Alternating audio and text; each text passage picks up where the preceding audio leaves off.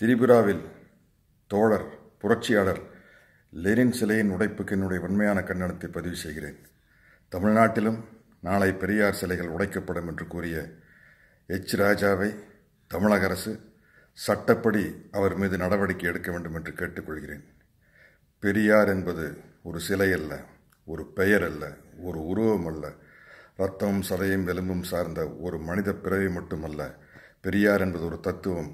உழைக்கும் மக்களின் விடுதலைக்காக, பெண்களின் விடுதலைக்காக, மண்டி கிடக்கும் மூட நம்பிக்கைகளை ஒழிப்பதற்காக ஏற்படுத்தப்பட்ட ஒரு சித்தாந்தம்.